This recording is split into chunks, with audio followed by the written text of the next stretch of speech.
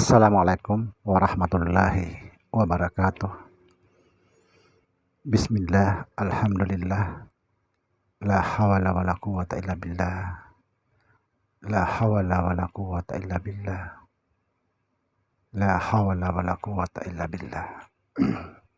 Saudara, dimanapun Anda berada, semoga selalu dalam bimbingan Allah Subhanahu wa Ta'ala, diberikan rahmat, hidayah, serta kesehatan jasmani dan rohani, insya Allah. Saudara, video kali ini kita masih membahas masalah sholat.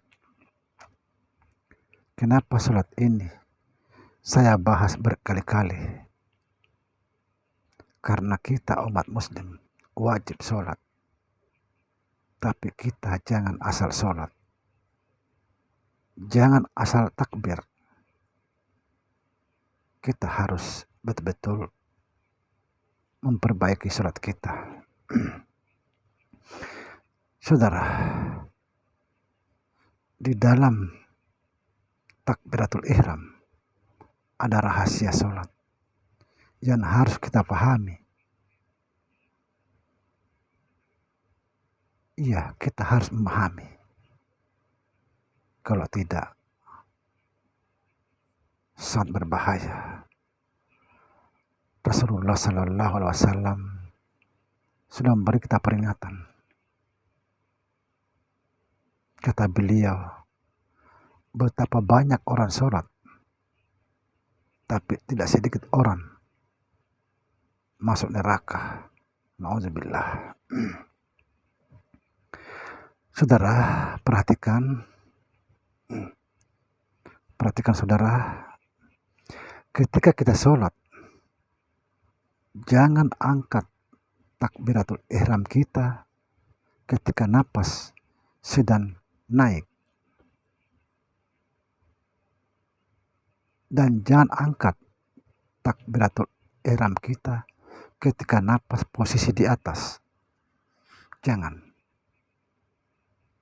Dan jangan juga diangkat takbiratul ihram kita ketika napas sedang menuju ke bawah. Jangan. Tetapi kalau napas itu sedang menuju ke bawah dan berhenti, maka angkatlah takbiratul ihramnya, karena itu sudah sampai kepada Allah Subhanahu wa Ta'ala. Subhanallah. Makanya saudara, kita harus betul-betul belajar, jangan asal sholat.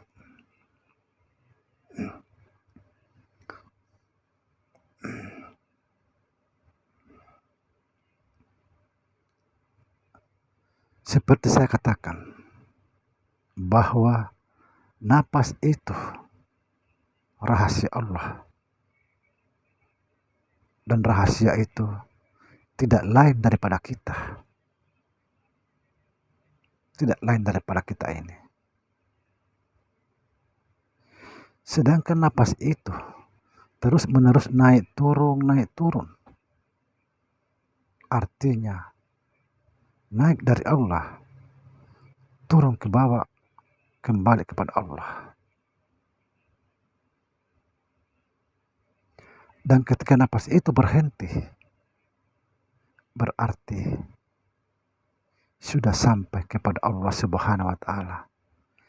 Inilah yang dimaksud dari Allah, kembali kepada Allah. Saudara, sebenarnya sholat itu belajar untuk mati. Sekali lagi, sholat itu belajar untuk mati. Mutu qabla mutu anta mutu. Matikan dirimu sebelum mati.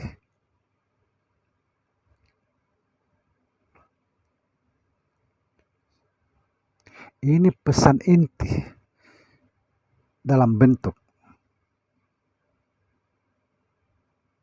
berserah diri total kepada Allah Subhanahu wa Ta'ala.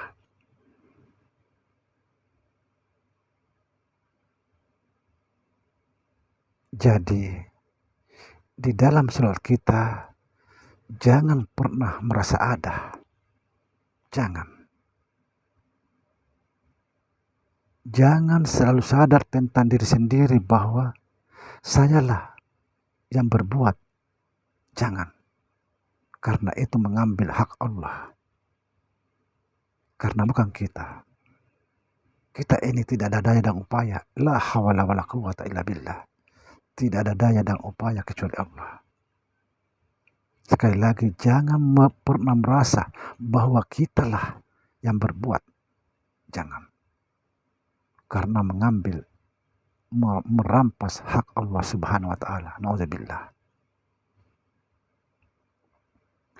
Ini sangat berbahaya. Sangat berbahaya. Karena kita merampas hak Allah, menduakan Allah Subhanahu wa Ta'ala. Yang ada adalah kekafiran. La hawla wala quwwata illa billah. Sudah jelas bahwa kita ini tidak ada daya. Tidak ada daya dan tidak punya upaya. Lalu kenapa kita merasa mengaku?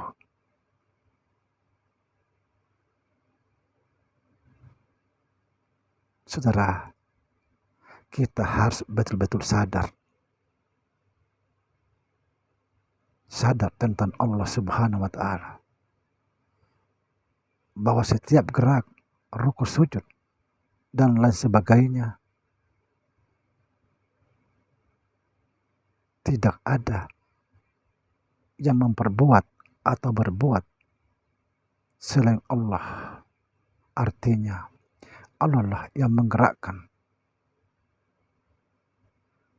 di dalam segala tindakan sholat.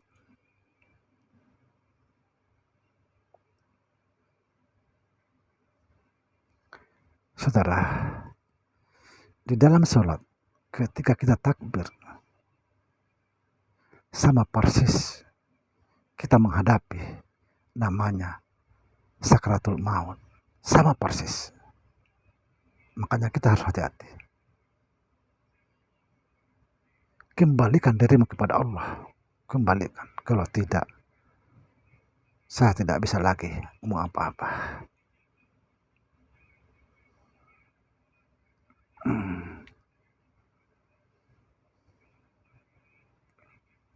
Kita harus kembali kepada Allah seperti kita di dalam takbiratul ihram. Saudara, sebenarnya nyawa itu tidak dicabut. Tidak dicabut. Yang dimaksud dicabut itu ketika napas terlepas dari jasad kita. Tapi memang betul-betul dicabut bagi orang yang tidak mengembalikan hak Allah. Karena Allah akan mengambil paksa. Ketika Allah mengambil paksa, bagaikan tulang dicabut dari daging, sakit luar biasa. Maka dari itu, kembalikanlah hak Allah sebelum Allah mengambilnya. Jangan pernah merasa ada.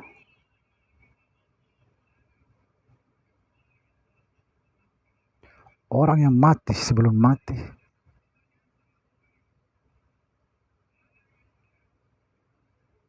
orang yang mati sebelum betul-betul mati, berarti dialah orang yang mengembalikan hak Allah.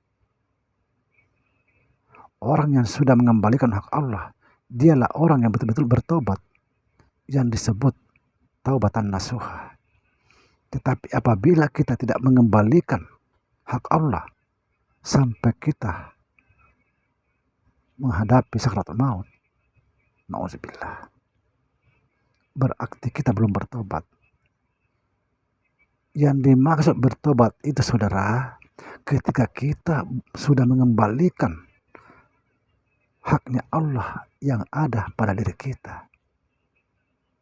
Itulah yang disebut taubatan nasuh.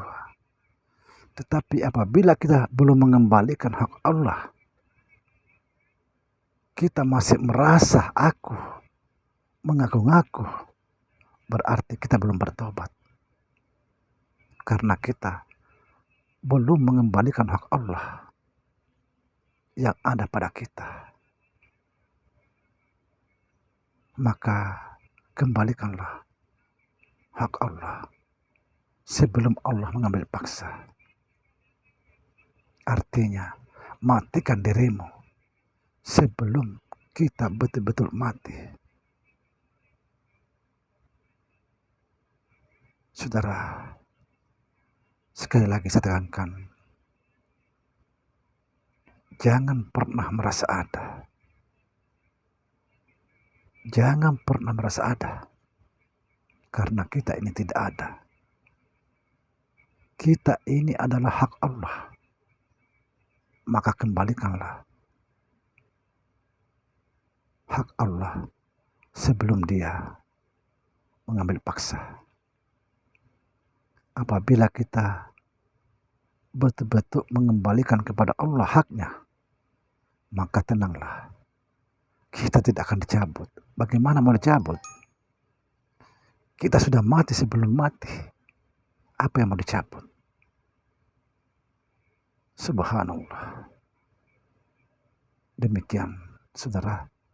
Semoga video ini bisa membangun kesadaran kita